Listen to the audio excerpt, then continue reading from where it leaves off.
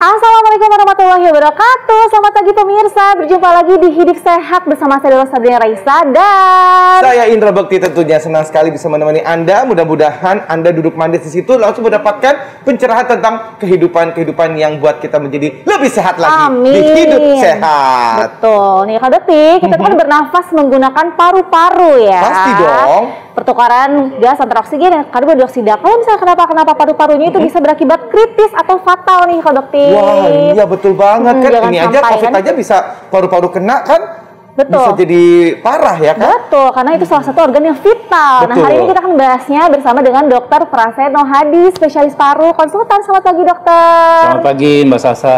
Selamat pagi, Mas Indra. Sehat selalu. Sehat selalu. Salam sehat, dok. Amin. Baik, dok. Ini aku kan suka nafas pendek gitu, dok. Kadang suka tersengal-sengal gitu, dok ya. Itu sebenarnya tanda-tanda paru-paru bermasalah. Fakta atau mitos, dok? Itu fakta. Fakta ya, dok? Waduh. Hati-hati Pak Bekti tuh. Aku jadi takut deh, dok. Kenapa tuh, dok? Kok bisa seperti itu, dok? Jadi nafas tersengal-sengal gitu? Nafas tersengal-sengal atau nafas pendek-pendek ya, atau sesak nafas itu sebenarnya bisa akut, ya penyebabnya akut, tapi mungkin karena gangguan tertentu ya, jadi bisa karena mungkin alergi atau infeksi, infeksi bisa karena kuman, virus, ya, atau mungkin penyakit kronik ya, apa akibat merokok atau mungkin tumor dan penyakit paru lainnya. Nah, yang akibatnya menjadi akut, terus menjadi kita sesak napas, susah bernafas, akhirnya susah bergerak. Ya, dan tentu nanti dirawat di rumah sakit. Ya, bisa kalau didiemin aja bisa meninggal tentunya. Waduh. Makanya berarti kalau kayak gitu udah ada tanda-tanda seperti itu, dokter kali periksa langsung ya, dok? Ya, harus datang ke rumah sakit atau ke pusat kesehatan, layanan kesehatan terdekat untuk dilakukan pemeriksaan yang lebih lanjut. Kalau tersengal-sengal yang perlu diwaspadai seperti apa sih, dok? Ya, mamanya orang lari kan bisa tersesat. Nah, kalau mamanya kita lari, itu kan kondisi kita normal tuh ya, biasa. Jadi badan kita sehat, itu normal karena tubuh kita menghasilkan CO2. Nah, akhirnya CO2-nya dibuang, ya, sehingga kita bisa nafas normal kembali. Nah, pada orang sakit, karena sesuatu, maka tersengal-sengalnya akan menetap, sehingga perlu diperbaiki. Nah, jadi perlu diobati, perlu ditangani, perlu dibuang penyakitnya sehingga tersengal-sengalnya bisa hilang. Bukan hanya lari aja Kak Bekti, kita gebetan aja nih, deg-degan nih. Ya kan, susah juga, masalah psikologis itu beda lagi. Jadi penyebab sesak nafas beda-beda ya, nafas pendek. Nah, selanjutnya dokter, ini berhubungan dengan permasalahan nih, katanya suara serak yang berlangsung selama berminggu-minggu nih, ini bisa menjadi tanda dari paru-paru bermasalah. Ini fakta atau mitos, dokter? Itu fakta. Fakta. Ya, itu jadi fakta. suara serak gitu ya, suara dok? serak. Jadi suara serak itu sebenarnya bisa dari penyebabnya penyakit di saluran napas atas atau saluran napas bawah. Nah, karena saya dokter paru, kita bicara saluran napas bawah. Nah, pada penyakit-penyakit tertentu umumnya karena penjepitan saraf pita suara, akibat kanker umpamanya, tumor paru, itu bisa menyebabkan suara nafasnya serak. Atau infeksi paru seperti di Indonesia banyak TBC ya, TBC tuberkulosis paru. Itu tidak hanya tuberkulosis di paru, tapi tuberkulosis di saluran nafas, menyebabkan pita suaranya juga terkena infeksi tersebut, akibatnya suaranya menjadi serak. Nah, kalau tidak diobati maka suara seraknya itu tidak akan menghilang. Begitu, Mas Indra. Nah, ini dok, ada penyakit, dok, yang saya baru dengar nih, dok. Namanya fibrosis paru. Nah, itu katanya diiringi dengan sesak nafas, penurunan berat badan, dan sakit otot dan juga sendi, dok. Itu fakta atau mitos, dok? Ya, itu sebagian fakta ya. Oh, sebagian fakta. Jadi gini. Kalau kita luka, yang gampang aja analoginya, kalau kita ada luka, itu kan pasti ada berbekas ya, berbekas yang basah. Jadi itu yang disebut dengan fibrosis. Nah, sekarang ada infeksi paru atau kelainan paru atau mungkin penyakit akibat merokok ya, merokok terus-menerus mengakibatkan permukaan saluran nafas atau alveolusnya itu terganggu. Jadi elastisitasnya berkurang ya, kemudian menjadi kaku. Nah, itu bisa menyebabkan gangguan yang disebut nanti lama-lama menjadi fibrosis karena iritasi yang terus-menerus. Nah, efeknya apa? Ya, efeknya nanti kembali lagi nafasnya tersengal-sengal, sesak napas, dan itu tidak ada obatnya, tidak bisa diperbaiki. Baik, nah dokter, ini terkait dengan fibrosis nih, dok nih.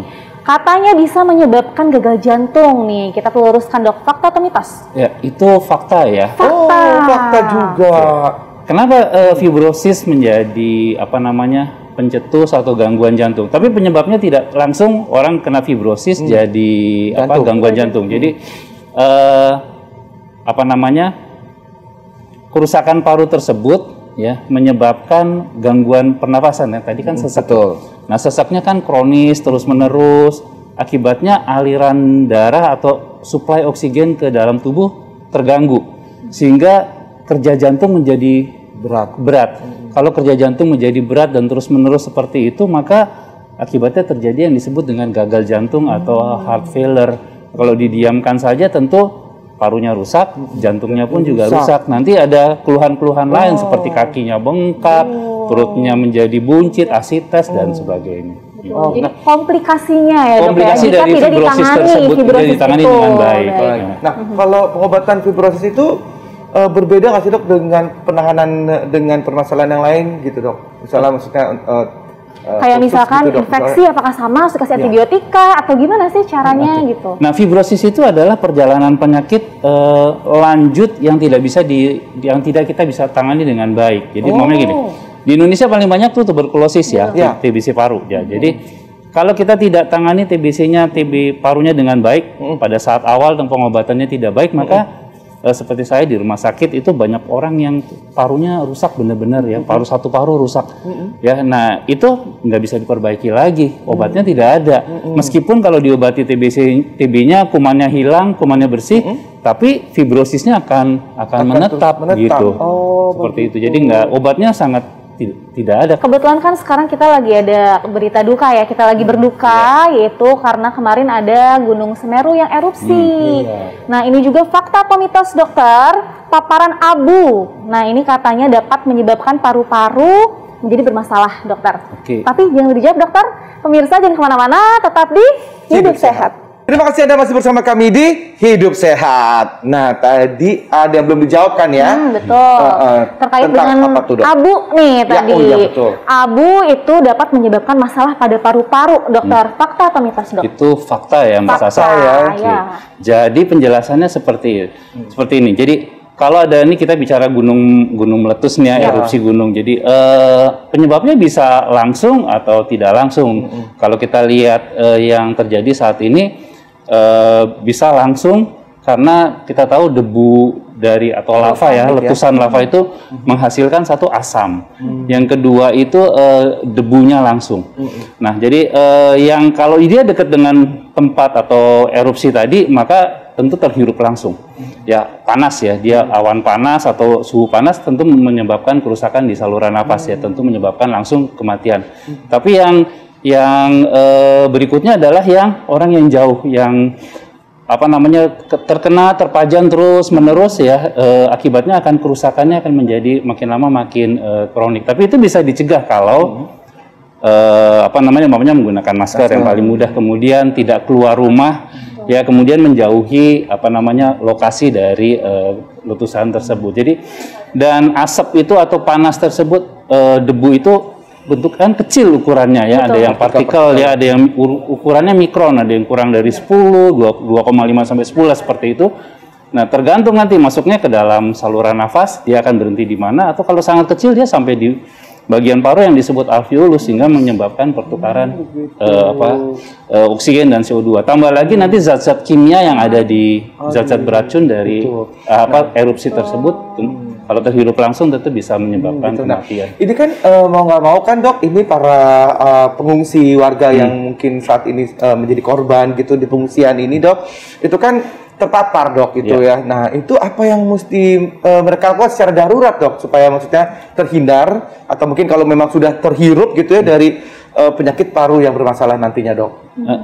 Jadi tadi saya sudah sampaikan pencegahan menjadi hal yang penting. Satu, menjauhi lokasi dari gunung erupsi tersebut. Kedua, menggunakan masker. Yang ketiga, ya kalau perlu jangan keluar rumah.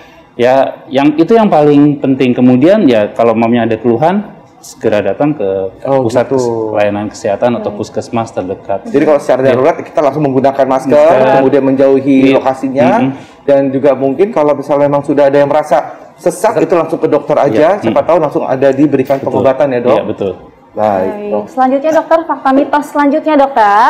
Nah ini jika batuk darah ini nih akibat infeksi tuberkulosis atau TBC ya tadi yang paling banyak di Indonesia, ini penderita juga akan mengalami keringat malam, penurunan berat badan, dan juga sesak nafas. Nah, fakta atau mitos dokter? Itu fakta. Fakta. Ya. Nah, ceritanya begini. Kalau seorang dengan tuberkulosis itu sebenarnya gejalanya ada dua. Satu gejala respirasi atau kaitannya dengan pernapasan, dan kedua yang bukan dengan pernapasan. Nah, yang dengan pernapasan itu contohnya batuk, sesak nafas, batuk darah. Nah, yang tidak berkaitan dengan respirasi itu tadi demam, nafsu makan menurun, berat badan menurun, keringat malam.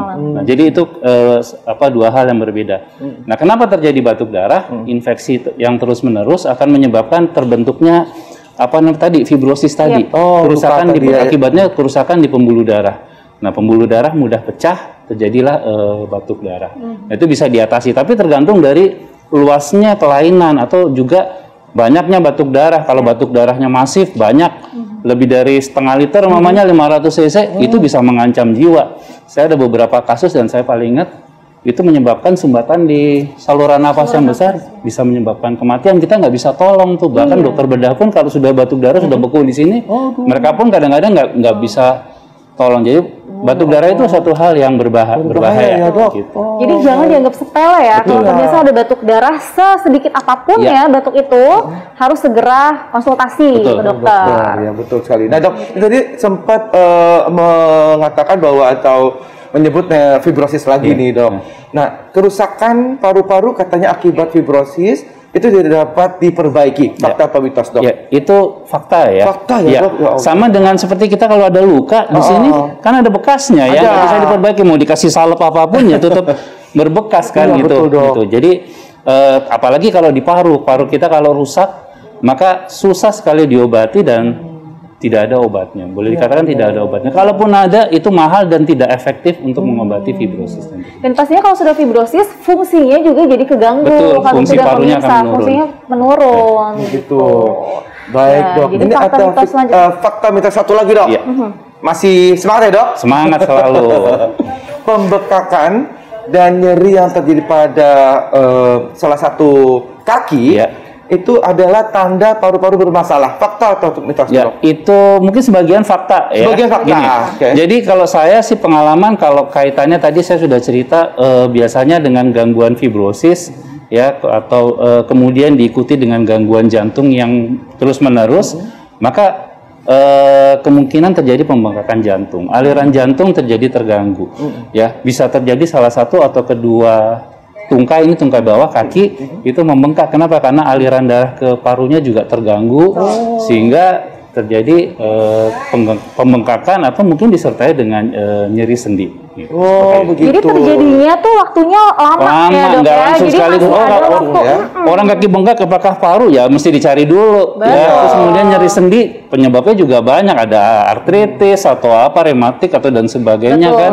Nah, mesti dicari dulu. Biasanya kalau menyebabkan pembengkakan di kaki atau nyeri, itu mungkin kelainan parunya sudah lama baru menimbulkan keluhan di tempat. Jadi poinnya masih bisa dicegah ya. Kalau kita ada keluhan paru itu masih bisa dicegah. Betul sekali.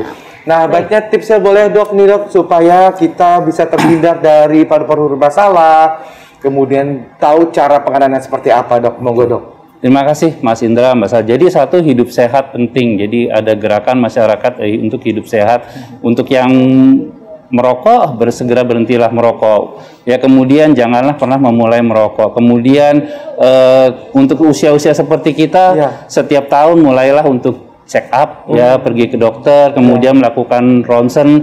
Untuk anak-anak mungkin biasakan makanan yang bergizi, yaitu mungkin agak sulit kaitannya dengan ekonomi rumah tangga ya seseorang. Jadi makanlah yang bergizi. Kembali lagi 4 sehat 5 sempurna. Kita suka lupa 4 sehat 5 sempurna.